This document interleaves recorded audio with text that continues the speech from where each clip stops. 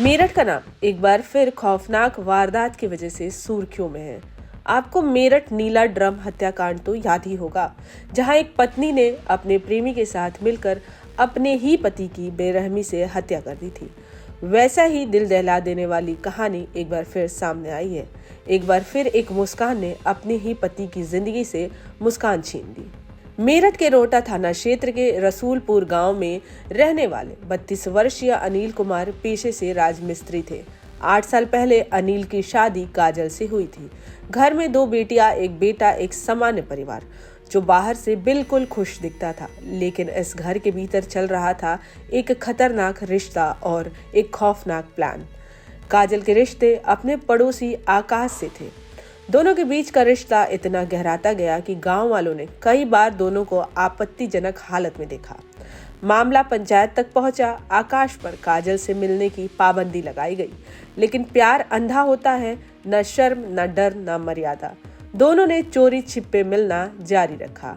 अनिल को जब इस रिश्ते का पता चला तो उसने काजल पर बाहर जाने की रोक लगा दी, लेकिन यही रोक बन गई उसकी मौत की वजह।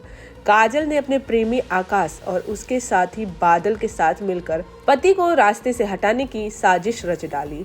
25 अक्टूबर की रात काजल ने अनिल के खाने में नशीली गोलियां मिला दी। रात करीब 12:30 बजे जब अनिल बेहोश हो गया तो काजल ने अपने प्रेमी आकाश को बुलाया। दोनों ने मिलकर अनिल को बाइक पर बैठाया और सिवाल खास गंगनहर की ओर निकल गए।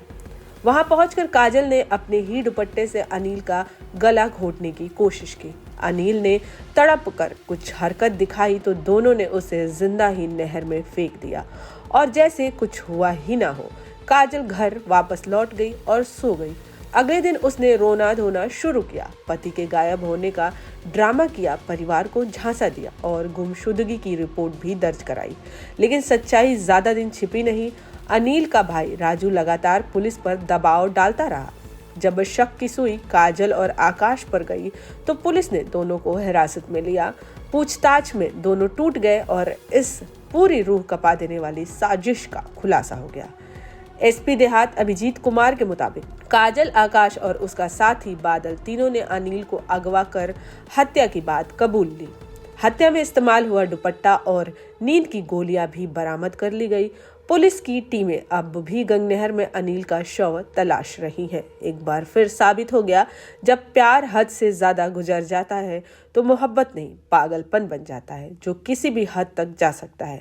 रिपोर्ट इंडिया.com।